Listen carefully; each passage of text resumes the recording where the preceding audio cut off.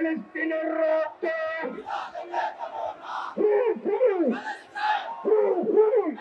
ফিলিস্তিনের জনগণের উপর নিষ্ঠুর হত্যাযজ্ঞ চালানো হচ্ছে। এর প্রতিবাদে সারা দুনিয়া এই হত্যাকাণ্ডের বিরুদ্ধে, এই গণহত্যার বিরুদ্ধে, এই নারী নির্যাতনের বিরুদ্ধে, এই শিশু হত্যাকারীদের বিরুদ্ধে ফুঁসে উঠেছে।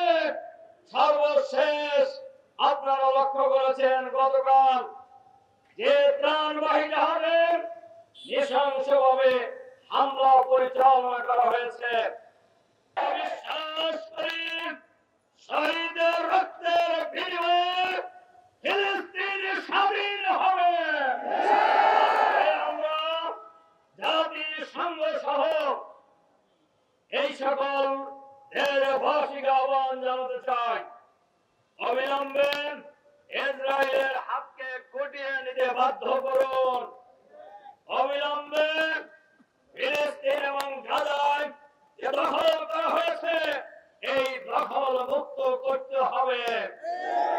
500 অধিক এই ত্রাণবাহী জাহাজের কর্মীদেরকে অবিলম্বে মুক্তি দিতে হবে।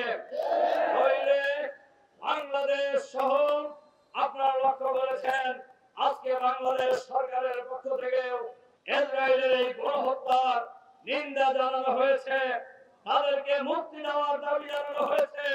আমরা সাথে সাথে আরো এই কথা ঘোষণা করতে চাই, যতদিন ফিলিস্তিন স্বাধীন না হবে ততদিন মুসলমানদের লড়াই অব্যাহত থাকবে।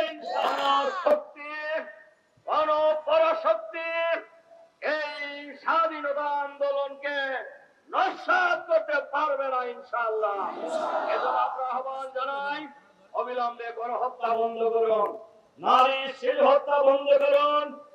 ফিলিস্তিন যে অঞ্চল দখল করেছে ইসরায়েলি বাহিনী, এই অঞ্চলকে অতি বিলম্বে মুক্ত ঘোষণা করুন। আর ইসরায়েলের সন্ত্রাসী গণহত্যাকারীদের এই নেতানিয়াহুকে ইতিমধ্যেই যুদ্ধ অপরাধী ঘোষণা করা হয়েছে। অবিলম্বে নেতানিয়াহুকে গ্রেফতার করতে হবে।